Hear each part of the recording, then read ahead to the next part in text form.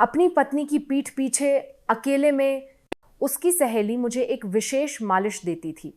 शुरू में यह बस एक साधारण फिजियोथेरेपी थी, लेकिन अब वह मेरी पत्नी से भी ज़्यादा मेरे जीवन का हिस्सा बन गई थी। यह एक ऐसा सुख था जो मैंने पहले कभी महसूस नहीं किया था, पर मुझे उस समय पता नहीं था कि सुख की वह छोटी सी चिंगारी एक बड़ी आग बन जाएगी और मुझे अपनी चपेट में ले लेगी। ये एक रविवार की सुबह थी। मौसम काफ़ी साफ था। मैं हर हफ्ते की तरह अपनी कंपनी के फुटबॉल क्लब में जाने के लिए खेल के मैदान की तरफ जा रहा था। मैंने जूते के फीते कसे, स्ट्रेचिंग की और अपने शरीर को थोड़ा गर्म किया। मुझे लगा कि मैं ठीक हूँ। तेजस भाई, आज तो आपको गोल करना ही होगा। मेरे एक जूनियर ने हंसते हुए गेंद मेरी तरफ फेंकी और मैंने भी हंसते हुए उसे हाथ हिलाया। मेरा शरीर हल्का महसूस हो रहा था और अच्छी तरह से साथ दे रहा था। शायद यही मेरी समस्या थी। क्या ये खेल के पहले 20 मिनट थे। मैं गेंद को लेकर दाईं तरफ दौड़ा और अचानक मेरे टखने से एक अजीब सी आवाज़ आई। उस पल में मुझे लगा कि कुछ गलत हो गया है और मैं वहीं घुटनों के बल बैठ गया। अरे बहुत दर्द हो रहा है। मेरी सांस अटक गई और मेरा टखना सूजने लगा। मेरे जूनियर आए, मुझे सहारा दिया और हम सीधे पास के अस्पताल के इमरजेंसी रूम में गए। एक्स रे के नतीजे मेरी उम्मीद से कहीं ज़्यादा गंभीर थे। यह सिर्फ मोच नहीं था, बल्कि मेरे लिगामेंट्स में चोट आई थी। एक पूरे पैर पर प्लास्टर लगाकर लंगड़ाते हुए बाहर निकलने का एहसास। यह शब्दों में बयां करना मुश्किल था। सर्जरी की ज़रूरत नहीं है, लेकिन आपको कुछ हफ्तों तक आराम करना होगा। डॉक्टर की बात सुनकर मैंने बस सिर हिला दिया। मेरा मन उदास हो गया था। घर पहुंचा तो मेरी पत्नी जिगीशा लिविंग रूम में काम कर रही थी। वह अपने लैपटॉप पर कुछ ज़रूरी काम कर रही थी। मुझे देखते ही उसकी आंखें चौड़ी हो गईं। अरे क्या हुआ, आप ठीक तो हैं? बहुत दर्द हो रहा है। मैं ठीक हूँ। लिगामेंट्स में थोड़ी चोट आई है, बस प्लास्टर लगाकर कुछ दिनों के लिए आराम करना है, मैंने कहा। जिगीशा ने शिकायत करना शुरू कर दिया। देखें, इस उम्र में इतना जोर लगाकर फुटबॉल खेलना ज़रूरी है क्या? बस टहलना ही सबसे सुरक्षित और सबसे अच्छा व्यायाम है। उसकी शिकायतें भले ही थीं, पर मैं जानता था कि वह मेरी चिंता कर रही थी। जब मैंने उससे पूछा कि वह इतनी व्यस्त क्यों है, तो उसने बस इतना कहा कि कंपनी का कुछ काम बाकी है। उस दिन के बाद मेरा जीवन बिस्तर और सोफे के बीच सिमट गया। मैंने कंपनी में 2 हफ्ते की छुट्टी ले ली। अकेले घूमना मुश्किल था और जिगीशा भी बहुत व्यस्त थी, इसलिए हम ज़्यादातर हल्के फुल्के भोजन करते थे। कुछ दिन बाद जिगीशा ने कहा, आपको मेरी दोस्त याद है, यशा, वही फिजियोथेरेपिस्ट जिसके बारे में मैंने आपको बताया था। उसे लगता है कि वह कुछ समय निकाल सकती है। फिजियोथेरेपिस्ट? मैंने पूछा। हाँ, वह पहले एक अस्पताल में काम करती थी, पर अब अपना खुद का क्लिनिक चलाती है। अगर आप चाहें तो वह कल आकर आपके पैर को देख सकती है। मैंने बिना ज़्यादा सोचे सिर हिला दिया। मैंने सोचा कि कोई जान पहचान वाला होगा तो बेहतर होगा। अगले दिन सुबह के आसपास डोरबेल बजी और जिगीशा ने दरवाज़ा खोला। अरे यशा, तुम आ गई? अंदर आओ। वह अंदर आई।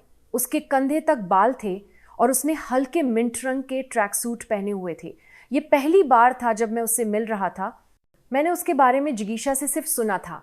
मैंने सुना था कि यशा 3 साल पहले अपने पति से अलग होकर अकेली रहती थी। उसकी मुस्कान साफ थी और उसकी आवाज़ भी बहुत स्पष्ट थी। नमस्ते तेजस जी, आपसे मिलकर अच्छा लगा। मैं जिगीशा की दोस्त यशा हूँ। नमस्ते। यहाँ तक आने के लिए धन्यवाद।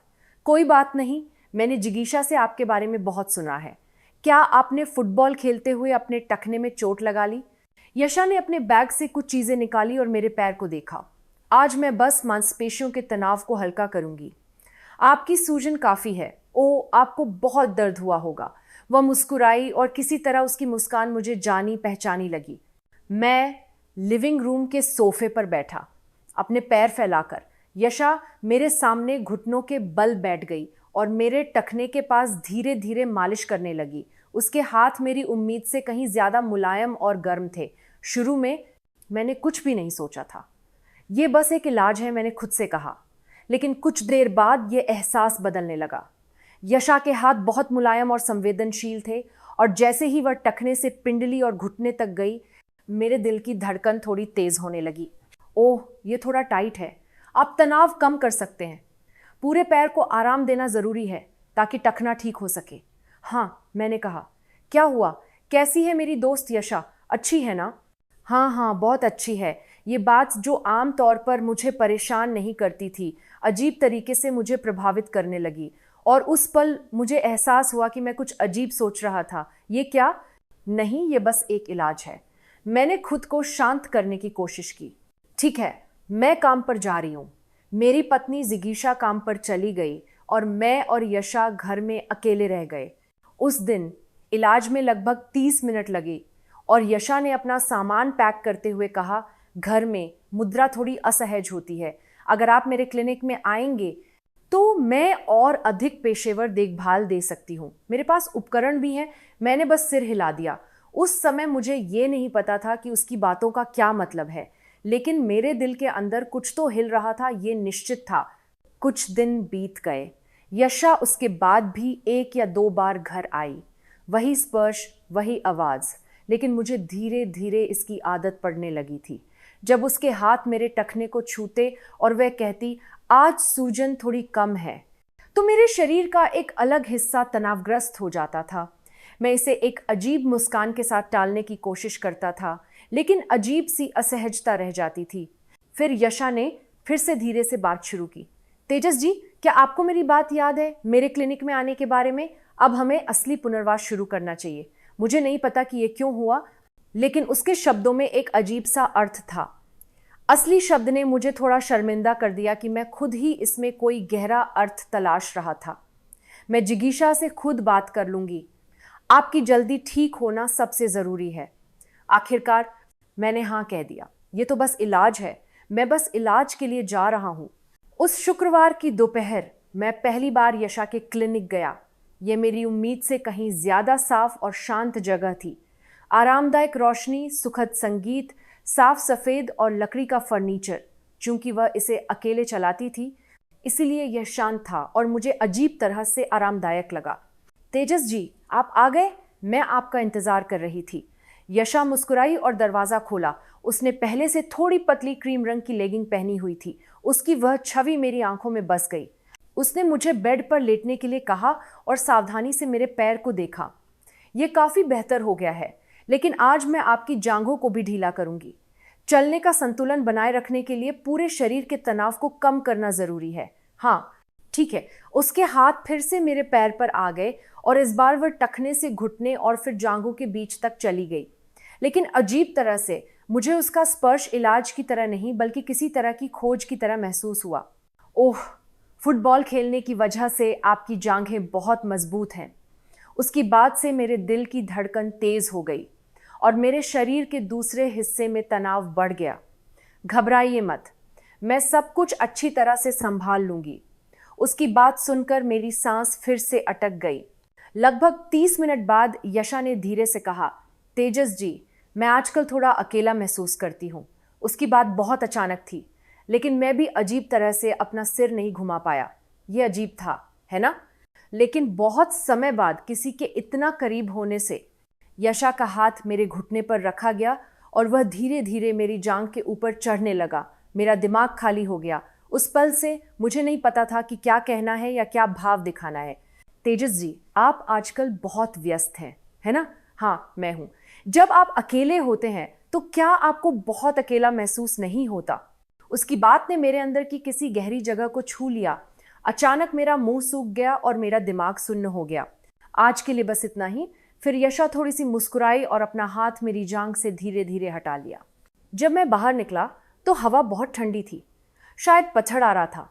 चलते समय मैं यशा के स्पर्श के बारे में सोचता रहा। अजीब तरह से मुझे ये अप्रिय नहीं लगा। यही सबसे डरावनी बात थी। उस दिन के बाद मैं यशा के क्लिनिक में वापस नहीं गया। ईमानदारी से कहूँ तो उस दिन मुझे खुद से डर लगा था। मैंने महसूस किया था कि उसका स्पर्श और उसकी नज़रें सिर्फ फिजियोथेरेपी नहीं थीं, लेकिन अजीब तरह से समय बीतने के साथ वह एहसास बार बार याद आने लगा। जब मैं सोफे पर बैठकर टीवी देखता था तो उस दिन का माहौल अचानक मेरे दिमाग में कौंध जाता था। वह दृश्य जब यशा ने अपना हाथ मेरे घुटने पर रखा था और उसकी आवाज़ में एक अजीब सी थरथराहट थी। जिगीशा बहुत व्यस्त है ना? जब आप अकेले होते हैं तो क्या आपको अकेला महसूस नहीं होता? वे शब्द मेरे दिमाग में बार बार घूम रहे थे। मेरी पत्नी जिगीशा अभी भी व्यस्त थी और मैं अभी भी अकेला था, यशा ने मुझसे संपर्क नहीं तोड़ा था। लगभग हर दिन मैसेज आते थे, तेजस जी आपका टखना ठीक है, आज मौसम खराब है। ऐसे दिनों में दर्द बढ़ जाता होगा, जल्द ठीक हो जाइए। क्या आप कल कुछ समय निकाल सकते हैं? अगर आप अकेले हैं तो हम साथ में दोपहर का भोजन कर सकते हैं। वो हमेशा इलाज के बहाने मेरे पास आती रही, लेकिन उन वाक्यों में हमेशा कोई और मतलब छिपा होता था। कुछ दिनों तक सोचने के बाद मैं आखिरकार क्लिनिक वापस चला गया। यशा ने मुस्कुराते हुए दरवाज़ा खोला। अरे आप आ गए, मैं आपको बहुत याद कर रही थी। मैंने जवाब देने के बजाय अजीब तरह से मुस्कुरा दिया। ईमानदारी से कहूँ तो जाने से पहले की रात मैंने बहुत सोचा था, मत जाओ, सीमा पार मत करो। मैंने खुद से कई बार कहा, लेकिन मेरा शरीर आखिरकार उस रास्ते पर चला गया। उस दिन का इलाज ज़्यादा शांत और गहरा था। यशा ने लगभग कुछ नहीं कहा, बस धीरे धीरे, बहुत धीरे धीरे मेरे पैर को छुआ। जब उसके हाथ घुटने से जांघ के अंदरूनी हिस्से तक पहुंचे तो मेरी सांस अटक गई। वह स्पर्श निश्चित रूप से एक इलाज नहीं था। अपने शरीर को आराम दें और शांत रहें, मैं सब कुछ संभाल लूंगी। उस दिन उसकी आवाज़ मुझे बहुत कोमल लगी। ईमानदारी से कहूँ तो मुझे याद नहीं है कि मैंने क्या किया। मैंने बस कुछ देर के लिए अपनी आंखें बंद कर लीं और अपने शरीर को उसके स्पर्श के हवाले कर दिया। मैं बहुत देर तक अपनी आंखें बंद किए रहा और एक पल मुझे उसके चेहरे के पास उसकी सांसों की आवाज़ सुनाई दी और उसके होंठ मेरे होंठों से मिले। ये एक छोटा लेकिन निश्चित चुंबन था। उस पल मुझे लगा कि यह गलत है। मैंने तर्कसंगत रूप से सोचा कि यह सही नहीं है, लेकिन अजीब तरह से मेरे दिल का एक कोना चिल्ला रहा था, पर मेरा शरीर बिल्कुल भी विरोध नहीं कर रहा था। यही सबसे डरावनी बात थी। जब यशा ने मेरे होंठों को छुआ तो मेरे दिमाग में सभी खतरे की घंटियां बजने लगीं। अभी रुक जाओ, यह गलत है, तुम अभी भी वापस जा सकते हो। लेकिन यह विचार बहुत छोटा था और मेरा शरीर जल्द ही उसके शरीर के तापमान का आदी हो गया। यशा ने बिना कुछ कहे अपना हाथ मेरे कंधे पर रखा, धीरे धीरे अपना सिर उठाया और मेरी आंखों में देखा। भैया क्या आप ठीक हैं? शायद ये शब्द ही आज की हर चीज की अनुमति की कुंजी थी। उस दिन यशा के हाथ बहुत कुशल थे। क्या ऐसा इसलिए था क्योंकि वह एक फिजियोथेरेपिस्ट थी? मुझे ऐसा लगा जैसे उसे ठीक ठीक पता था कि शरीर के किस हिस्से को कैसे उत्तेजित करना है ताकि प्रतिक्रिया मिले। जब उसकी उंगलियां मेरी जांघों से मेरे पेट तक पहुंची तो मैंने एक छोटी सी सांस ली और यशा ने धीरे से मुस्कुरा दिया। वह मुस्कान बहुत अजीब थी, गर्म लेकिन कहीं ना कहीं तेज। भैया क्या यह जिगीशा से एक रहस्य है, आप जानते हैं ना? यशा ने यह कहते हुए सबसे तनावग्रस्त जगह को पकड़ना और ढीला करना शुरू कर दिया। मैं उसे रोक सकता था, लेकिन मैंने नहीं रोका। उस पल मैंने भी यशा को सब कुछ दे दिया था और आखिरकार मैंने सीमा पार कर दी। नहीं, मैंने बस एक ऐसी जगह में छलांग लगा दी जहां कोई सीमा नहीं थी। पलंग पर यशा के साथ उलझकर मेरा दिमाग खाली हो गया। उसका स्पर्श, उसके होंठ, उसकी सांसें, सब कुछ इतना तीव्र और साथ ही इतना खतरनाक था। क्या मुझे दोषी महसूस नहीं हुआ? बेशक मुझे हुआ, लेकिन अजीब तरह से वह अपराधबोध दूर से आ रहे शोर की तरह था। इस पल के लिए कोई नहीं जानेगा, ये मेरी बहाना था। हमारा समय खत्म होने के बाद हम काफी देर तक बिना कुछ कहे लेटे रहे। यशा मेरे बगल में थोड़ी झुकी और बोली, भैया धन्यवाद, ये बहुत अच्छा था। सच में उस बात ने मेरे दिल को किसी तरह से चुभ दिया। मुझे जिगीशा के लिए बुरा लग रहा था और सबसे बढ़कर मुझे खुद पर बहुत शर्म आ रही थी, लेकिन मैंने कुछ नहीं कहा। मैंने बस अपना सिर घुमाकर छत की तरफ देखा। घर वापस आते हुए मेरा दिमाग उलझन में था। मैं ये क्या कर रहा हूँ? मैंने ऐसा क्यों किया? अगर जिगीशा को पता चला तो क्या होगा? पछतावे के बावजूद ईमानदारी से कहूँ तो मेरे शरीर में अभी भी यशा की गर्मी थी और यह डरावना था, लेकिन मुझे ये बुरा नहीं लगा। जब मैं घर पहुंचा तो जिगीशा सो रही थी। उसने पूरी रात काम किया था, इसलिए वह बहुत थकी हुई लग रही थी। उसने मेरे लिए लिविंग रूम की लाइट जला रखी थी। मैंने लिविंग रूम की लाइट बंद की और चुपचाप कमरे में जाकर लेट गया, लेकिन मुझे नींद नहीं आई। जब मैंने अपनी आंखें बंद की तो मुझे यशा की आंखें बार बार याद आने लगीं। उसकी आखिरी बात मेरे कानों में गूंज रही थी, भैया ये बहुत अच्छा था, सच में। उस दिन के बाद मुझे लगा कि मेरी जिंदगी धीरे धीरे बदल रही है। मैंने फिर कभी यशा के क्लिनिक में कदम नहीं रखा। यह स्वाभाविक था। उस रात जब मैं सोई हुई जिगीशा के बगल में लेटा तो मेरे अंदर कहीं ना कहीं एक भारीपन महसूस हुआ। मुझे पता नहीं चला था लेकिन मुझे ऐसा लग रहा था कि अगर कोई मुझे छू लेगा तो मैं टूट जाऊंगा। जब मैं बिस्तर पर लेटता था तो यशा का चेहरा याद आता था, और जब मैं बाथरूम के शीशे में देखता था तो मुझे उस दिन का अपना चेहरा याद आता था। यशा के मैसेज आते रहे, भैया आज आप नहीं आ रहे हैं, मुझे आपकी बहुत याद आ रही है। ठीक है, मैं इंतज़ार करूंगी। आज मैंने कुछ अच्छा पहना है। एक दिन में 5 से 10 मैसेज आते थे।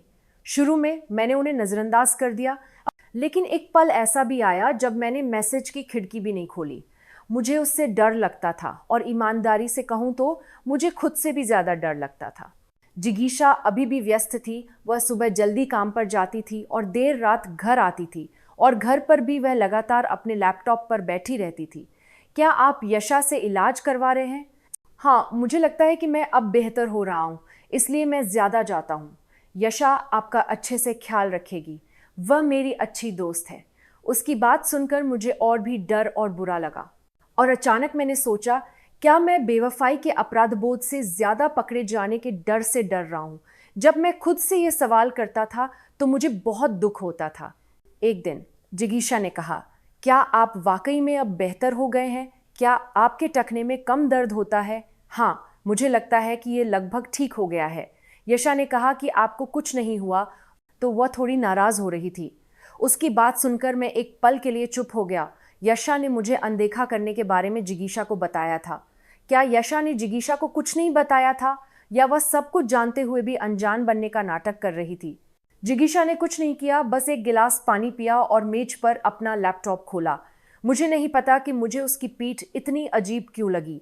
समय बीत रहा था, लेकिन यशा का अस्तित्व मेरे जीवन में और भी भारी होता जा रहा था। मुझे उसका आखिरी मैसेज याद है, भैया यह आखिरी मौका है, बस एक बार, ये सच में आखिरी बार है। अगर आप आखिरी बार आएंगे तो मैं भी आपसे संपर्क नहीं करूंगी। उस मैसेज को देखते ही मेरा पूरा शरीर जम गया। सच में आखिरी बार, ये सोचकर अब मुझे बहुत शर्म आती है, लेकिन उस समय मुझे उस बात से अजीब तरह से खिंचाव महसूस हुआ। अगर ये सच में आखिरी बार है, अगर ये सच में खत्म हो जाता है तो क्या ये ठीक नहीं होगा? मैंने खुद को अनुमति देने की कोशिश की। कुछ दिनों तक झिझकने के बाद मैंने आखिरकार यशा को वापस मैसेज किया, कल शाम 7 बजे मिलते हैं। जैसे ही मैंने मैसेज भेजा तुरंत जवाब आ गया, भैया धन्यवाद, कल मेरे घर आ जाओ। उस मैसेज को देखते ही मेरा दिल बैठ गया और मुझे लगा कि अब पीछे हटना असंभव है। और फिर अगला दिन आ गया। उस शाम मैं वादे के अनुसार यशा के घर गया। पता मुझे कल ही मैसेज में मिला था। ये एक छोटा सा अपार्टमेंट परिसर था जिसके पास से मैं अक्सर गुजरता था। मैंने लिफ्ट ली और 11वीं मंजिल पर गया। घंटी बजाने से पहले ही दरवाज़ा खुल गया। भैया आप आ गए, आप उम्मीद से जल्दी आ गए, मुझे आपकी याद आ रही थी। यशा दरवाजे पर खड़ी थी। उसके आधे बाल बंधे हुए थे और उसने एक पतला सा गाउन पहना हुआ था जिसमें से उसकी आकृति हल्की हल्की दिख रही थी। उस पल मेरी सांस अटक गई। क्या मुझे वापस जाना चाहिए? ये विचार एक पल के लिए मेरे दिमाग में आया, लेकिन मेरे कदम पहले ही अंदर की तरफ जा चुके थे। आराम से बैठिए। क्या आपने रात का खाना खा लिया? हाँ मैंने खा लिया। तो क्या मैं आपको कॉफ़ी या वाइन दूँ? यशा ने मेरे जवाब का इंतज़ार किए बिना पहले से तैयार की गई वाइन की बोतल निकाली और मैंने बस सिर हिला दिया। एक शांत संगीत बज रहा था और कमरे में एक छोटी सी स्टैंड लाइट की हल्की रोशनी थी। यशा का घर मेरी उम्मीद से कहीं ज़्यादा साफ था और किसी तरह ये एक होटल के स्वीट की तरह लग रहा था। उसने मुझे जो गिलास दिया उससे लेते हुए मैंने कहा, आज सच में आखिरी बार है।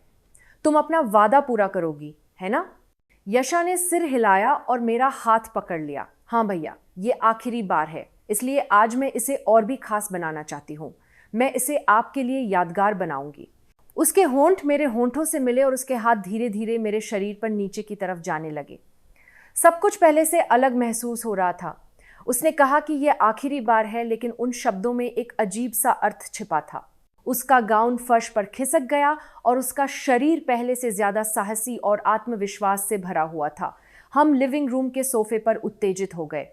यशा ने चुपचाप अपनी सांसें रोकी, लेकिन मेरे कान में फुसफुसाया, भैया आज मैं आपका पूरा मजा लूंगी। उस पल मेरी टांगें कमजोर पड़ गईं और मेरा दिमाग खाली हो गया। मुझे लगा कि सब कुछ ढह रहा है। और थोड़ी देर बाद उसने मेरा हाथ पकड़ा और मुझे बेडरूम में ले गई। बेडरूम में भी हल्की रोशनी थी और गुलाब की खुशबू फैली हुई थी। तकिए पर साफ सुथरी चादरें थीं। सब कुछ इतनी अच्छी तरह से तैयार किया गया था। अब जब मैं इसके बारे में सोचता हूँ तो ये अजीब लगता है। इस तरह हमारा दूसरा समय और भी तीव्र था और उसका व्यवहार कहीं ज्यादा स्पष्ट था। जब यह अपने चरम पर था और मैं अपनी सांसों को नियंत्रित करते हुए लेटा था तो उसने कहा, भैया बहुत देर हो गई है, आप यहीं क्यों नहीं रुक जाते? जिगीशा आज घर नहीं आ रही है। एक पल के लिए मेरे दिमाग में एक अजीब सी खामोशी छा गई। उसकी बगल में मेरी आंखें बंद नहीं हो पा रही थीं। उस रात मैं यशा के घर से निकला और अपने घर की तरफ गया। अब सब कुछ खत्म हो गया है। मैं खुश हूं कि मैं इसे इस तरह खत्म कर सका। मैंने खुद को दिलासा देते हुए घर की तरफ गया। अगली सुबह जब मैं उठा तो मुझे अजीब लगा। मेरा दिमाग सुन्न था और मेरा दिल खाली था। यशा के साथ बिताए हुए पल मेरे दिमाग से नहीं जा रहे थे। यह खत्म हो गया है, अब इसके बारे में सोचना बंद करो। लेकिन मैं जितना भी भूलने की कोशिश करता, मेरा दिमाग खाली नहीं हो पा रहा था। जिगीशा कल रात काम में व्यस्त होने के कारण घर नहीं आई थी। मैंने बेडरूम में चादरें ठीक की और लिविंग रूम की मेज पर बैठकर कॉफ़ी पी। मैं खाली बैठा था जब मेरे फ़ोन पर मैसेज नोटिफिकेशन आया। मैंने फ़ोन उठाया और स्क्रीन पर एक मैसेज नोटिफिकेशन दिखाई दिया। भेजने वाला यशा। एक वीडियो फाइल के साथ एक छोटा सा मैसेज था। ये हमारा आखिरी पल है जिसे आप कभी नहीं भूल पाएंगे। इसका क्या मतलब है? जैसे ही मैंने वीडियो फाइल देखने की कोशिश की, जिगीशा का फ़ोन आया। हेलो जिगीशा। मेरी पत्नी ने कुछ नहीं कहा। कुछ देर के लिए चुप्पी छा गई। फिर जिगीशा की आवाज़ आई जो मुझे बहुत अजीब और सख्त लगी। आप कहाँ हैं? जब मैंने कहा कि मैं घर पर हूँ तो जिगीशा ने कुछ देर बाद घर का दरवाज़ा ज़ोर से खोला। इससे पहले कि मैं कुछ कह पाता, उसने मेरे गाल पर ज़ोर से थप्पड़ मारा। यह सब क्या है? मेरी पत्नी के हाथ में एक फ़ोन था और उस पर मैं और यशा का एक वीडियो चल रहा था।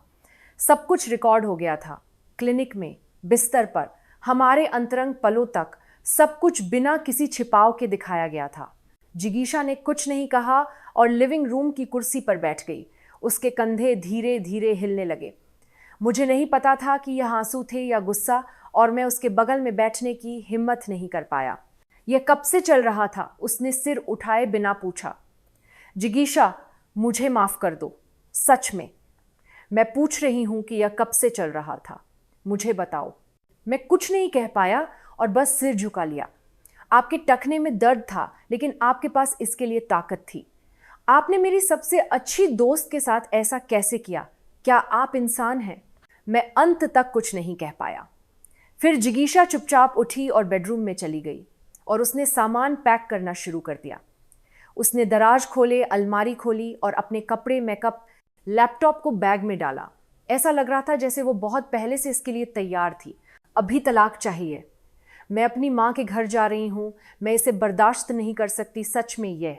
उसका हाथ कांप रहा था और मुझे भी रोना आ गया। जिगीशा, मुझे माफ़ कर दो। मैंने बस, चुप रहो। तुम इतने गंदे हो कि मैं तुम्हारी बात भी नहीं सुनना चाहती। जिगीशा ने अपना सामान उठाया और दरवाजे की तरफ गई। वह एक पल के लिए रुकी और आखिरी बात कहकर चली गई। मैं तुम और यशा को अपनी ज़िंदगी से पूरी तरह मिटा दूंगी। तुम दोनों मेरी परवाह किए बिना आराम से मजा लो। मैं तुम्हारे रास्ते से हट रही हूँ। दरवाज़ा बंद होने की आवाज़। वह आवाज़ मुझे ऐसी लगी जैसे मेरी पूरी ज़िंदगी रुक गई हो। मेरे जीवन में अब तक का सबसे शांत घर। वह शांति उस दिन पहली बार बहुत डरावनी लगी। मुझे लगा जैसे मुझे दुनिया में अकेला छोड़ दिया गया है। दरवाज़ा बंद होने के बाद भी मैं बहुत देर तक वहीं खड़ा रहा। मैं दरवाजे के सामने खाली जगह को देख रहा था जहां जिगीशा गायब हो गई थी। उस दिन घर अजीब तरह से शांत था और मुझे लगा कि सब कुछ खत्म हो गया है। मैं लिविंग रूम में अकेला बैठा था जब मेरे फ़ोन पर फिर से नोटिफिकेशन आया। मुझे पता था कि ये कौन था। यशा। भैया, शायद हमारा वह दिन आखिरी नहीं था। अब हम दोनों अकेले हैं।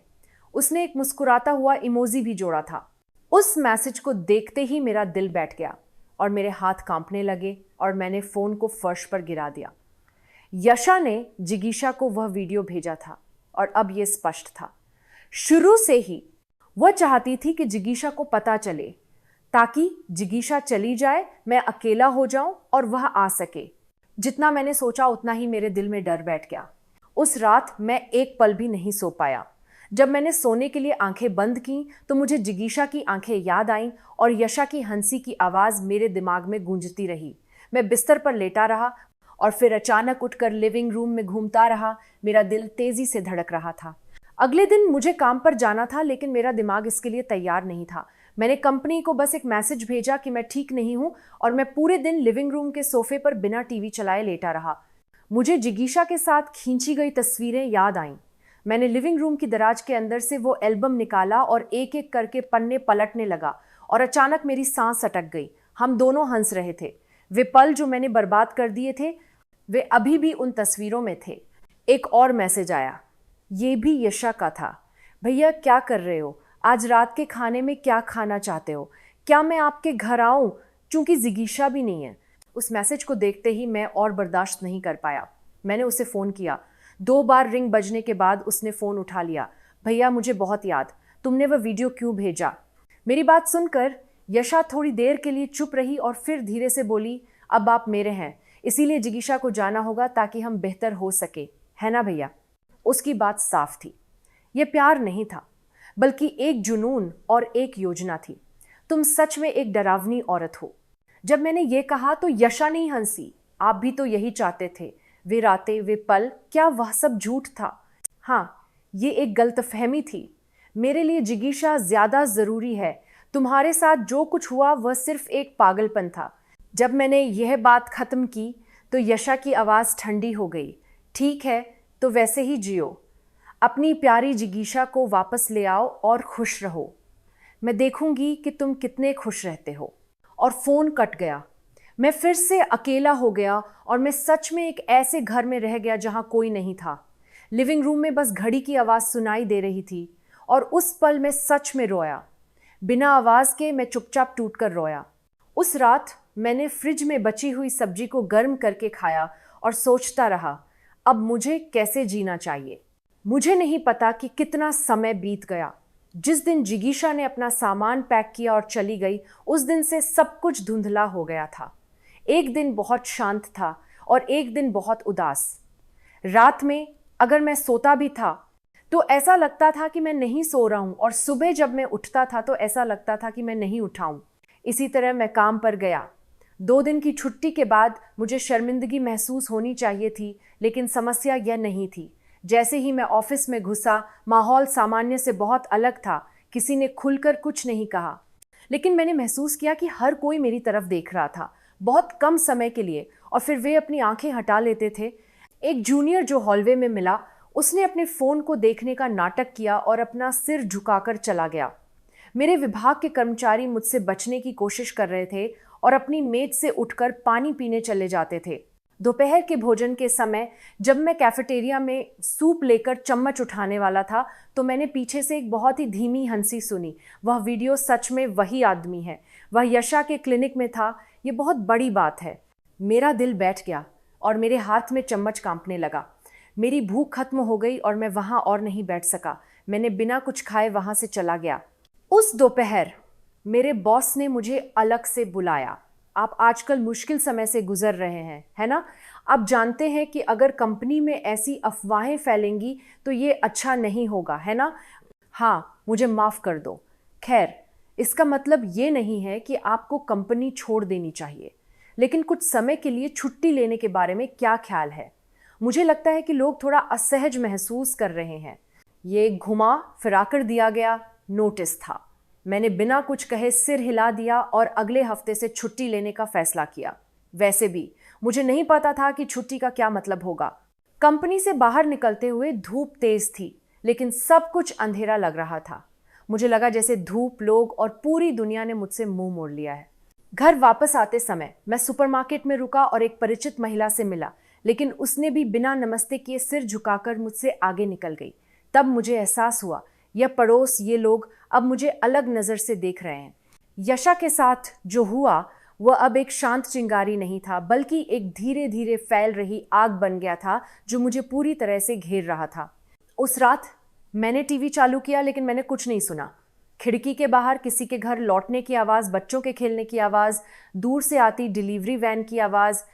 मुझे लगा जैसे दुनिया की सारी आवाज़ें मुझसे दूर जा रही हैं। मैं उसके अंदर और भी छोटा होता जा रहा था। मैंने कंपनी में इस्तीफ़ा दे दिया। मैंने सोचा कि ये बेहतर था। जिगीशा के जाने के बाद अपार्टमेंट का किराया भी ख़त्म हो गया था और मैंने अपना सामान पैक करके दिल्ली के बाहर एक पुराने एक कमरे वाले अपार्टमेंट में चला गया। एक कमरा, एक रसोई, एक बाथरूम। खिड़की छोटी थी और धूप सिर्फ आधे दिन के लिए आती थी। फ्रिज पुराना था और गैस स्टोव में जंग लग गई थी। जब मैं पहली बार अंदर गया तो मुझे लगा अब मैं सच में अकेला हूँ। मेरे पास ज़्यादा सामान नहीं था। एक सूट, कुछ रोज़मर्रा के कपड़े, एक रेज़र, आफ्टर शेव, एक किताब, एक मग, कोई टीवी नहीं था, कोई वाईफाई नहीं था। बस मेरा फ़ोन चार्जर में लगा हुआ था। चावल के बर्तन में चावल धोते हुए मैं बिना किसी वजह के हंसने लगा। अब मुझे खुद से खाना बनाना होगा। हंसते हुए भी मेरी आंखें नम थीं। हंसने और रोने की भावनाएं उस छोटे से कमरे में घूम रही थीं। मैंने नौकरी की तलाश की। इस उम्र में एक पूर्व कंपनी कर्मचारी के लिए ज़्यादा नौकरियां नहीं थीं। फिर भी मैं कुछ शारीरिक काम करना चाहता था। मैं बिना सोचे समझे बस किसी चीज़ पर ध्यान केंद्रित करना चाहता था। मैंने एक सुविधा स्टोर में रात की नौकरी ढूंढी और दिन में पास के अपार्टमेंट परिसर में सफाई का काम शुरू किया। सुबह जल्दी मैं पोछे से गलियारों को साफ करता और शाम को मैं काउंटर के पीछे खड़ा होकर बिल बनाता। मैंने इसी तरह अपना दिन बिताया। हो सकता है कि कोई मुझे देखकर कहे, अरे तेजस जी, वह इतना सज्जन आदमी था और अब वह ऐसा है। पड़ोस के लोगों की फुसफुसाहटें याद आती थीं, लेकिन मैं लोगों की नज़रों से पहले खुद का सामना करना चाहता था। यही मुझे अभी सबसे ज़्यादा चाहिए था। काम से घर आने के बाद मैं तुरंत नहा लेता और चुपचाप लेट जाता। मैं लाइट बंद कर देता और बस अपने फ़ोन की स्क्रीन को देखता रहता और स्वाभाविक रूप से सो जाता। कभी कभी मैं सपने में जिगीशा को देखता था। वह हंसते हुए चेहरे के साथ मुझसे बात करती थी जैसे कुछ हुआ ही न हो। अरे इसका स्वाद चखिए, क्या ये ठीक है? ऐसे सपनों से उठने के बाद मैं थोड़ी देर के लिए खाली बैठा रहता और फिर बहुत देर तक छत को देखता रहता और मेरी आंखों से आंसू बहने लगते थे। मुझे लगा कि यादें बहुत गहरी और चुपचाप इंसान को परेशान करती हैं। घर में आए हुए एक हफ्ता हो गया था और मैंने बिना किसी कारण के जिगीशा को एक मैसेज भेजा। जिगीशा, तुम कैसी हो? मुझे तुम्हारी याद आ रही है। मुझे बहुत माफ़ करना और बहुत याद आ रही है। कोई जवाब नहीं आया, न उस दिन, न अगले दिन और न अब तक। सुबह की सफाई का काम खत्म करने के बाद मेरा शरीर थक जाता था, लेकिन मेरा दिमाग जागा हुआ था। दूसरे लोग शायद थक कर सो जाते, लेकिन मैं उस छोटे से कमरे में आने के बाद और भी नहीं सो पाता था। मुझे लगता है कि अब मुझे इसका कारण पता है। कमरा शांत था, लेकिन मेरा दिमाग शोरगुल कर रहा था। मैंने एक कप नूडल निकाला, गर्म पानी डाला और इंतज़ार करते हुए मैंने फिर से अपने फ़ोन की गैलरी खोली। मेरे पास जिगीशा के साथ खींची गई कुछ तस्वीरें थीं और उनमें से एक गंगटोक समुद्र तट की थी, जहां हम अपनी 10वीं सालगिरह मनाने गए थे। उस तस्वीर में जिगीशा ने अपने बाल बांध रखे थे और वह सूरज की तरफ मुस्कुरा रही थी। उसकी मुस्कान उस समय बहुत स्वाभाविक लगती थी, लेकिन अब मैं उस चेहरे को नहीं देख सकता। यशा, अजीब तरह से वह मेरी यादों से धीरे धीरे धुंधली होती जा रही थी। एक इंसान जिसे मेरा शरीर याद करता था, लेकिन मेरा दिल नहीं। मुझे लगता है कि यशा यही थी। उसके साथ बिताए पल अब एक धुंध की तरह मेरे दिमाग में से गुजरते हैं, लेकिन जिगीशा मेरे दिल के बीचों बीच साफ है। उसकी आवाज़, उसकी आदतें, यहाँ तक कि उसकी शिकायतें भी स्पष्ट हैं। कभी कभी मैं सोचता था, अगर जिगीशा ने मुझे यशा से मिलवाया नहीं होता तो मैं कैसा होता? अगर मैंने यशा को दृढ़ता से मना कर दिया होता तो क्या जिगीशा आज मेरे साथ होती? ऐसे विचार आजकल बहुत आने लगे थे। काम से घर लौटते समय मैं बाजार के सामने से गुजर रहा था और मैंने जलेबी की दुकान देखी जो जिगीशा को बहुत पसंद थी। मुझे याद आया कि जब मैं काम से वापस आता था और जलेबी खरीदकर घर ले जाता था तो जिगीशा का चेहरा खुशी से चमक उठता था। मैंने बिना सोचे समझे लाइन में लग गया और एक जलेबी खरीदी। उसे लेकर बाहर आते समय मुझे यह विचार आया, अगर मैं ये अभी जिगीशा को दे दूं तो वह कैसा चेहरा बनाएगी। बस ये कल्पना करने से ही मेरा दिल बैठ गया। घर वापस आते समय मैं बहुत परेशान था और मैंने यशा को भी एक मैसेज भेज दिया, क्या तुम अभी ठीक हो? क्या तुम्हें अब भी पछतावा नहीं है? मुझे हंसी आ रही थी, लेकिन मैं जवाब का इंतज़ार कर रहा था। लेकिन कोई जवाब नहीं आया और मुझे लगा कि यशा मेरी ज़िंदगी से पूरी तरह से गायब हो गई है, जैसे कि वह कभी थी ही नहीं। अब मेरे आसपास कोई नहीं है, न यशा, न जिगीशा, न नौकरी, न पड़ोस के लोग। जो बचा है वह ये छोटा सा कमरा और ढेर सारा पछतावा है। मैंने खुद से ज़्यादा बात करना शुरू कर दिया। कोई भी मुझे सुनकर अजीब सोचेगा, लेकिन आजकल मैं बस अनायास ही बातें करता रहता हूँ। ये क्या है जो इतना खालीपन है? बस उस एक पल मैंने रुक गया होता। जिगीशा, अब तुम मुझसे बहुत नफरत करती होगी, है ना? जब मैं ऐसी बातें धीरे धीरे कहता तो कभी कभी मुझे थोड़ा ठीक लगता और कभी कभी मैं और भी टूट जाता। आजकल मैं टीवी भी नहीं चलाता। ऐसा नहीं है कि मुझे आवाज़ पसंद नहीं है, लेकिन मुझे डर लगता है कि मैं अकेले कमरे में हंसूंगा या रोऊंगा। कभी कभी मैं अपने फ़ोन पर यूट्यूब देखता हूँ, और जब मैं देखता हूँ कि जिगीशा के साथ देखे जाने वाले रियलिटी शो का वीडियो अपलोड हुआ है तो मेरी उंगली रुक जाती है।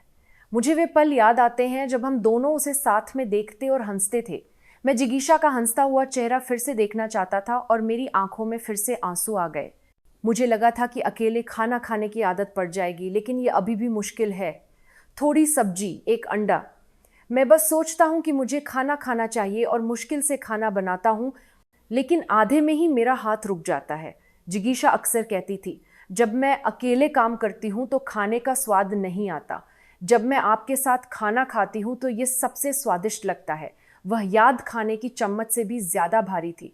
आज मैंने फिर से जिगीशा को एक मैसेज भेजा। संदेश छोटा था, तुम कैसी हो?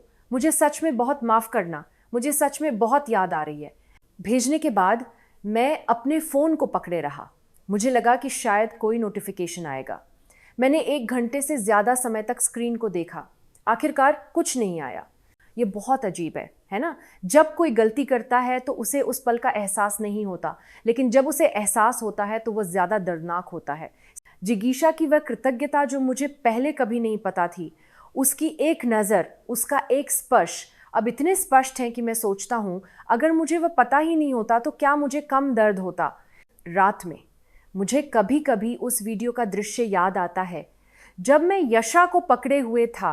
वह दृश्य अब मेरे लिए सुख नहीं बल्कि एक पाप है। उस एक पल के सुख के लिए मैंने सब कुछ खो दिया। सच में मैंने सब कुछ बर्बाद कर दिया। अकेले सोने की रातें, जब कमरे में बस घड़ी की आवाज़ सुनाई देती है, वह चुप्पी मुझे अंदर से खा रही है। इसलिए आज भी मैं खुद से बात करके खुद को दिलासा देता हूँ, जिगीशा, क्या तुम बस एक बार वापस नहीं आ सकती? वह एक बरसात की दोपहर थी। खिड़की पर बारिश की बूंदों की आवाज़ मेरे दिल पर दस्तक दे रही थी। काम खत्म करके घर वापस आते समय मैंने भीगे हुए छाते को मोड़ते हुए सोचा, मैं अभी किस लिए जी रहा हूँ? कोई नहीं है घर में, कोई इंतज़ार नहीं कर रहा है। ऐसे दिन चलते रहे और मुझे किसी का नाम पुकारने का मन हुआ। जिगीशा को भेजे गए मैसेज का अभी तक कोई जवाब नहीं आया था और अब मुझे उसकी उम्मीद भी नहीं थी। तभी अजीब तरह से मुझे फिर से यशा का नाम याद आया। अगर यशा नहीं होती तो जिगीशा के साथ मेरा सारा समय इस तरह बर्बाद नहीं होता। लेकिन दूसरी तरफ अगर यशा नहीं होती तो क्या मैं इस तरह टूट सकता था? इसका मतलब है कि मैं बहुत कमज़ोर था। मैं हिल गया था और आखिरकार मैं टूट गया था। हिचकिचाते हुए मैंने यशा को फ़ोन किया। जब रिंग बज रही थी तो मेरा दिल धड़क रहा था, लेकिन फ़ोन के अंत में जो आवाज़ सुनाई दी वो उसकी नहीं थी। 2 बार रिंग बजने के बाद फ़ोन कट गया। तभी मुझे पता चला मुझे ब्लॉक कर दिया गया था। फिर भी मुझे उम्मीद थी और मैंने व्हाट्सएप पर उसकी प्रोफाइल चेक की, लेकिन मुझे कुछ नहीं दिख रहा था। ये निश्चित रूप से ब्लॉक था। उस पल मुझे बहुत ठंडक महसूस हुई। एक इंसान जो दिन में दर्जनों बार मेरा नाम लेता था, अब वह बस एक ब्लॉक की लिस्ट में था। उस रात मैं बिस्तर पर लेटा रहा और छत को देखता रहा और मैंने सोचा, न जिगीशा, न यशा, न दोस्त, न नौकरी, अब सच में कोई नहीं है। मैंने सोचा कि मैं बहुत दयनीय था, लेकिन मुझे यह स्वीकार करना पड़ा कि ये सब मैंने खुद किया था। मैंने इस तरह खुद से बात की और मैं सो गया और मुझे एक सपना आया। सपने में जिगीशा मेरे सामने खड़ी थी। वह बिना कुछ कहे बस मुझे देख रही थी और फिर मुड़कर चली गई। मैंने चिल्लाया, जिगीशा मत जाओ, बस एक बार पीछे मुड़कर देखो। लेकिन जिगीशा ने एक बार भी पीछे मुड़कर नहीं देखा। जब मेरी आंखें खुलीं तो सुबह के 3 बज रहे थे और मेरा तकिया आंसुओं से भीगा हुआ था। मुझे लगता है कि अब मेरे पास सच में कहीं भी कोई उम्मीद नहीं है। सच में अब बहुत देर हो चुकी है। मैंने खिड़की के बाहर बिना सोचे समझे देखा और अचानक मैंने सोचा, मैं अभी कहाँ हूँ? मैं बता सकता हूं कि मैं कहाँ हूं, दिल्ली के बाहर एक पुराने एक कमरे वाले अपार्टमेंट में, लेकिन मेरा दिल कहाँ है मुझे वह नहीं पता। मुझे लगा जैसे कहीं खाली जगह है। मुझे लगता है कि अकेले रहने से ज्यादा डरावना है अकेले छोड़ दिया जाना। ये खुद की मर्जी से अकेला नहीं होना, बल्कि दूसरों के चले जाने के बाद अकेला रह जाना है। ये असली अकेलापन है। अब मेरे पास कोई नहीं है जिससे मैं बात कर सकूं, कोई दोस्त नहीं है जिससे मैं फोन कर सकूं। पहले जिगीशा रविवार की सुबह चाय बनाती और कहती, क्या आप इस सप्ताह के अंत में आराम करेंगे? क्या हम कुछ समय बाद साथ में घूमने जाएं? अब मुझे वह शब्द आप कहीं भी सुनने को नहीं मिलेगा। सप्ताह के अंत में अपार्टमेंट की इमारत शांत हो जाती है। हर कोई बाहर जाता है या अपने परिवार से मिलने जाता है, लेकिन मेरे पास कहीं जाने के लिए नहीं है और कोई नहीं है जिससे मैं मिल सकूं। समय धीरे धीरे बीतता है। फ्रिज में बची हुई सब्जी बासी हो जाती है और मेज पर धूल की परत जम जाती है। मुझे लगता है कि ये सभी चीजें दिखाती हैं कि मैं अभी कैसा हूं, और ये मुझे और भी उदास करता है। मैंने शीशे में देखा। शीशे में वो आदमी मैं ही था, लेकिन वो पुराना कंपनी कर्मचारी तेजस नहीं था। उसके कंधे झुके हुए थे, उसकी आंखों के नीचे गहरे थकावट के निशान थे, और सबसे बढ़कर उसकी आंखें बदल गई थीं। पहले जो आंखें थोड़ी मजबूत और आत्मविश्वासी थीं, वे अब धुंधली थीं। ऐसा लग रहा था जैसे मैं जीवित तो हूं लेकिन जी नहीं रहा हूं। मुझे जिगीशा के साथ खींची गई एक सेल्फी याद आई। उस तस्वीर में मैं खुलकर हंस रहा था। उस समय मैं एक मूर्ख की तरह हंस रहा था, क्योंकि जब तक मैं सब कुछ खो नहीं देता मुझे पता नहीं चलता कि वो कितना कीमती था। उस रात मैंने अपने फोन को हाथ में लिया और फिर से जिगीशा का नंबर डायल किया। रिंग बहुत देर तक बजती रही लेकिन फोन नहीं उठा, और मैंने मैसेज बॉक्स में एक लाइन लिखी, जिगीशा, क्या अब बहुत देर हो चुकी है? फिर भी मैं तुम्हें भूल नहीं सकता। मैं इसे भेजने में झिझक रहा था और मैंने इसे बिना सेव किए ही बंद कर दिया। मुझे लगा कि अब मेरे पास अपनी भावनाओं को व्यक्त करने का अधिकार भी नहीं है। उस रात अजीब तरह से मुझे कोई सपना नहीं आया, बस अंतहीन अंधेरा था। मुझे लगा कि यह वास्तव में से ज्यादा आरामदायक था। मुझे लगता है कि यादें कभी कभी दिशाहीन होकर भटकती हैं। मुझे नहीं पता होता कि उन्हें कहाँ जाना है या किसके पास जाना है, वे बस मेरे दिल के बीच में रहती हैं। सुबह जब मैं उठता हूं तो सूरज से पहले मुझे जिगीशा का चेहरा याद आता है। मुझे वह दृश्य याद आता है जब वह एक हाथ अपने तकिए के नीचे रखकर सोती थी। उसकी बगल में मैं चुपचाप जागता था और बहुत देर तक उसका चेहरा देखता रहता था। उस समय ये प्यार से ज्यादा एक आदत की तरह लगता था, लेकिन अब जब मैं सोचता हूं तो वह साधारण आदत ही मेरे लिए सबसे बड़ा प्यार था। बाजार में मैंने अंडे का एक कार्टन खरीदा और वापस आते समय मैंने उस पानीपुरी वाले की दुकान देखी जहां जिगीशा कभी जाती थी। मुझे याद आया कि जिगीशा उस दुकान के पानीपुरी को ही खाती थी। मुझे दूसरी जगह पसंद नहीं है क्योंकि वहां अजीब सी बदबू आती है। यह जगह साफ सुथरी है, इसलिए मुझे पसंद है। वे शब्द जो मैंने उस समय अनदेखे कर दिए थे अब मेरे दिमाग में बिना किसी रुकावट के साफ सुनाई देते हैं। यादें इंसान को बहुत स्पष्ट बनाती हैं, लेकिन उन्हें वापस नहीं ला सकती। घर वापस आकर मैं अकेले खाना खा रहा था जब मैंने चम्मच नीचे रख दिया। मुझे लगा कि कमरे में खाने की आवाज भी उदास लग रही थी। मुझे यह पता नहीं था कि कोई बगल में नहीं होगा तो इतना खालीपन महसूस होगा। अकेले खाना, अकेले टीवी देखना, अकेले संगीत सुनना, उन सब में जिगीशा की उपस्थिति हर जगह थी। जिगीशा वह थी जिसकी मुझे रक्षा करनी चाहिए थी। जब मैं सोचता हूं कि मैंने उसके दिल को, उसकी जिंदगी को, उसकी गर्माहट को बर्बाद कर दिया तो मेरा दिल दर्द से भर जाता है। यशा एक पल का जुनून थी, लेकिन जिगीशा मेरा जीवन ही थी। यह एहसास अब देर से हुआ और यह कितना खाली और क्रूर लगता है। दिन इसी तरह गुजरते हैं जैसे मेरी भावनाएं बंद हो गई हों। मैं खाली और निष्क्रिय हूं, लेकिन विडंबना यह है कि उस निष्क्रियता में सबसे स्पष्ट भावना याद है। उस इंसान की याद कभी धुंधली नहीं हुई। रात में सोने से पहले मैं अपने हाथ में फोन पकड़े जिगीशा का नाम धीरे से बोलता हूं, जिगीशा। वे 3 अक्षर दुनिया के सबसे शांत और सबसे गर्म शब्द बन गए हैं। जैसे जैसे रात गहरी होती है, कमरा और भी शांत हो जाता है। उस चुप्पी में मैं और भी स्पष्ट हो जाता हूँ, और उस स्पष्ट मैं का सामना करने से मैं बहुत डर जाता हूँ। मैं टीवी बंद कर देता हूँ, रेडियो बंद कर देता हूँ और लाइट को भी कम कर देता हूँ। इस तरह जब मैं अकेले सबसे करीबी समय का सामना करता हूँ तो मैं खुद का सामना करता हूँ। मैंने बाथटब में हल्का गर्म पानी भरा और चुपचाप उसमें बैठ गया। पानी गर्म था लेकिन मेरा दिल और भी ठंडा हो गया था। मैं छत को देखता रहा और अपने अंदर रो रहा था। जिगीशा, मुझे सच में माफ़ करना। अगर तुम नहीं होती तो क्या मैं इतना खुश हो सकता था? जब मैंने ये बात अपने दिमाग में दर्जनों बार दोहराई तो अचानक मेरी सांस अटक गई। तब मैं फिर से रोया। बिना आवाज़ के मेरी आंखों से आंसू बहने लगे। वे भावनाएं जिन्हें मैंने अब तक दबा रखा था, जिन्हें मैं अनदेखा कर रहा था, वे लहरों की तरह आ गईं। मेरा पूरा शरीर कांप रहा था और मैं बिना आवाज़ के रो रहा था।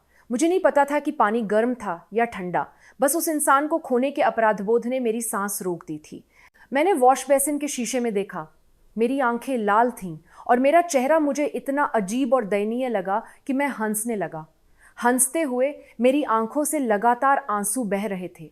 ये क्या हाल है? अगर जिगीशा इसे देखती तो वह हंसती कि मैं फिर से रो रहा हूँ। ऐसी बातें खुद से कहने के बाद मैं फिर से चुपचाप रोने लगा। ये पछतावा था, प्यार था और सजा थी। उस रात मैंने जिगीशा की तस्वीर निकाली, एक तस्वीर जिसमें जिगीशा का हंसता हुआ चेहरा था। मैंने धीरे से अपनी उंगली से उसके चेहरे को छुआ। मुझे माफ़ कर दो जिगीशा, सच में माफ़ कर दो। आंसुओं से धुंधली हुई तस्वीर को अपने हाथ से ढककर मैं बस उस तस्वीर को गले लगाकर सो गया। अगली सुबह जब मैं उठा तो वह तस्वीर अभी भी मेरी रजाई के नीचे थी। एक और दिन शुरू हो गया था, लेकिन ये अब थोड़ा अलग था। रोने के बाद मेरी गलती थोड़ी और गहरी हो गई थी। ये जिगीशा को वापस नहीं ला सकता था, लेकिन ये मेरे लिए एक छोटा सा वादा बन गया कि मुझे एक इंसान के रूप में फिर से जीना होगा। आजकल जब मैं सुबह उठता हूँ तो मैं पहले की तरह आ नहीं भरता। ऐसा नहीं है कि मैं मुस्कुराते हुए उठता हूँ, लेकिन मैं अपने शरीर को उठाने में थोड़ा अभ्यस्त हो गया हूँ। मुझे लगता है कि मुझे अब ये समझ में आ गया है कि अगर दुख बार बार होता है तो वो एक दिनचर्या बन जाता है। जिस पड़ोस में मैं चला गया था वहाँ भी मेरे कुछ परिचित बन गए थे। सुपरमार्केट के मालिक ने मुझसे पूछा, आजकल मौसम अच्छा है ना? और वह महिला जिसने सूप की दुकान चलाई, उसने मुझे एक उबला हुआ अंडा और दिया, ये कहकर कि मैं एक नियमित ग्राहक था।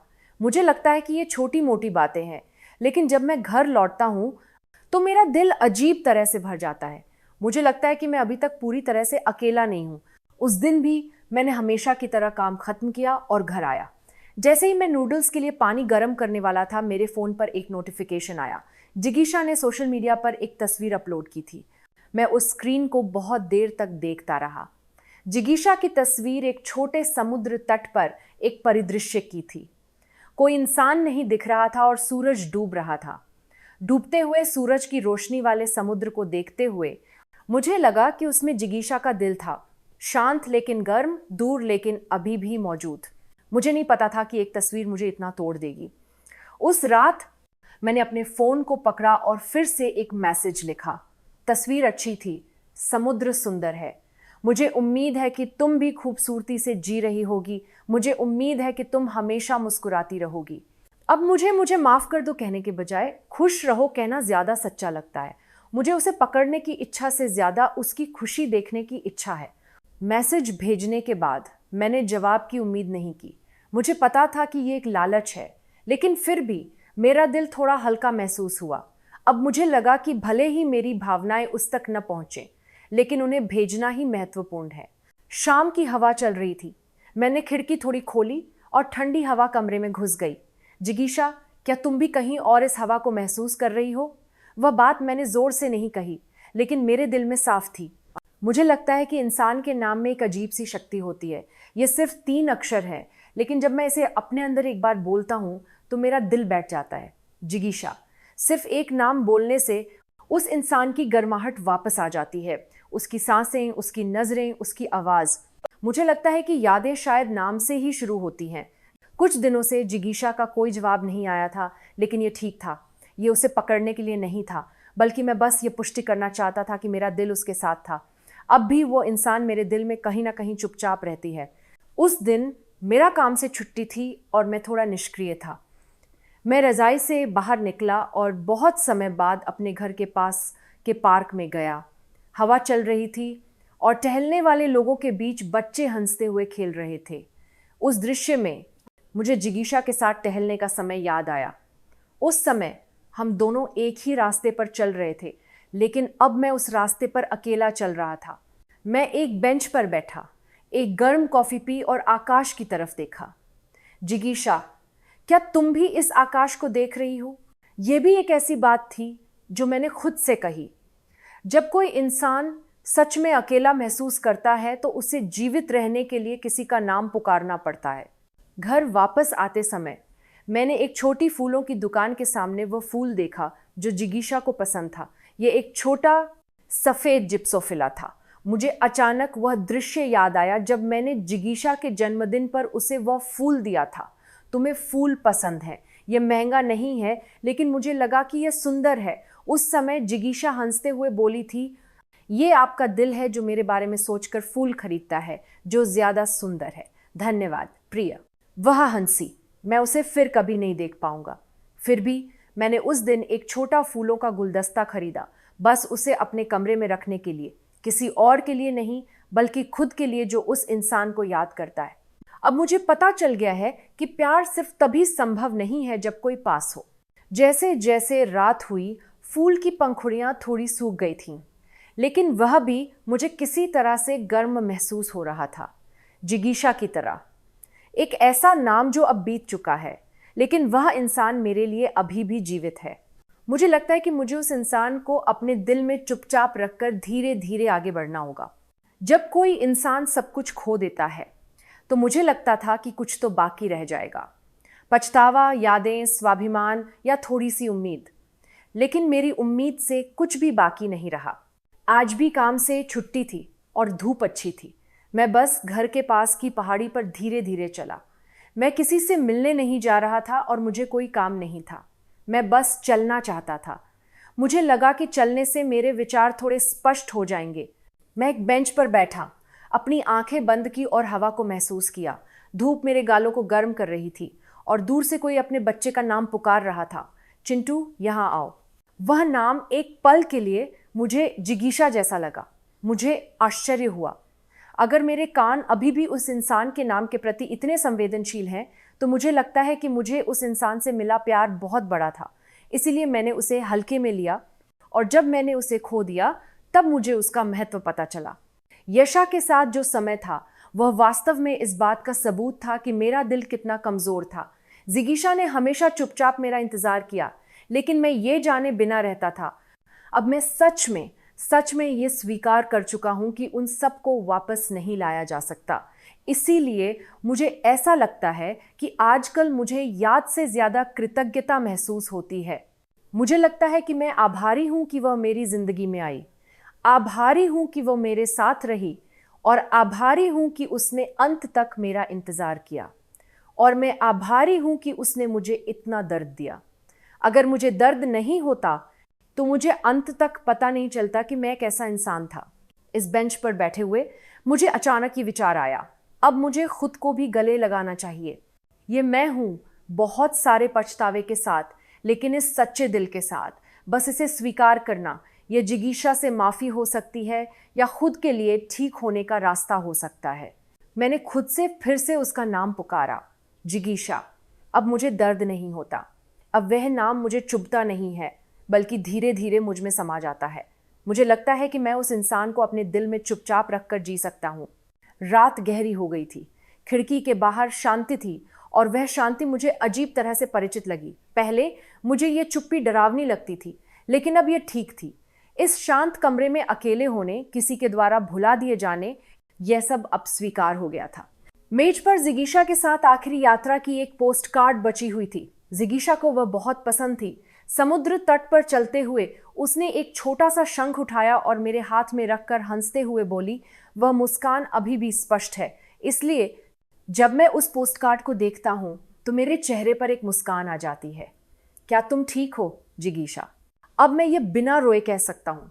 मुझे उम्मीद थी कि वो खुश होगी और अब कहीं धूप में बैठी होगी, और अगर कभी मुझे याद आए तो वो मुझसे नफरत न करे। मैंने अपने फ़ोन को निकाला और फिर से मैसेज बॉक्स खोला।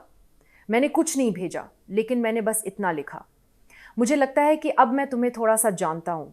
मुझे लगा था कि ये सब स्वाभाविक है, लेकिन देर से ही सही। धन्यवाद और मुझे सच में माफ़ कर दो। खुश रहो। अब मैं सच में बस यही कहना चाहता हूँ। मैंने इसे नहीं भेजा। इसकी ज़रूरत नहीं थी और मेरे पास इसका अधिकार भी नहीं था। मैंने बस इसे अपने दिल में रखने का फैसला किया। मैंने खुद से भी एक बात कही, मुझे माफ़ कर दो तेजस। ये बात मैंने अपनी ज़िंदगी में पहली बार कही थी। मैंने हमेशा दूसरों से माफ़ी मांगी, लेकिन अब मैं खुद के प्रति भी थोड़ा दयालु होना चाहता था। मैंने कमरे की लाइट बंद की और खिड़की के पास बैठ गया। चांद की रोशनी धीरे धीरे आ रही थी। उसके नीचे मैंने चुपचाप अपनी आंखें बंद कर लीं और मैंने बिना किसी आवाज़ के एक गहरी सांस ली। इस पल में मैं न किसी का पति था, न किसी का पापी, बस तेजस था। मैं अब किसी का इंतज़ार किए बिना, किसी पर निर्भर हुए बिना खुद को गले लगाकर जीना चाहता हूँ, जिगीशा के बिना, किसी के बिना भी, अकेले बिना दर्द के।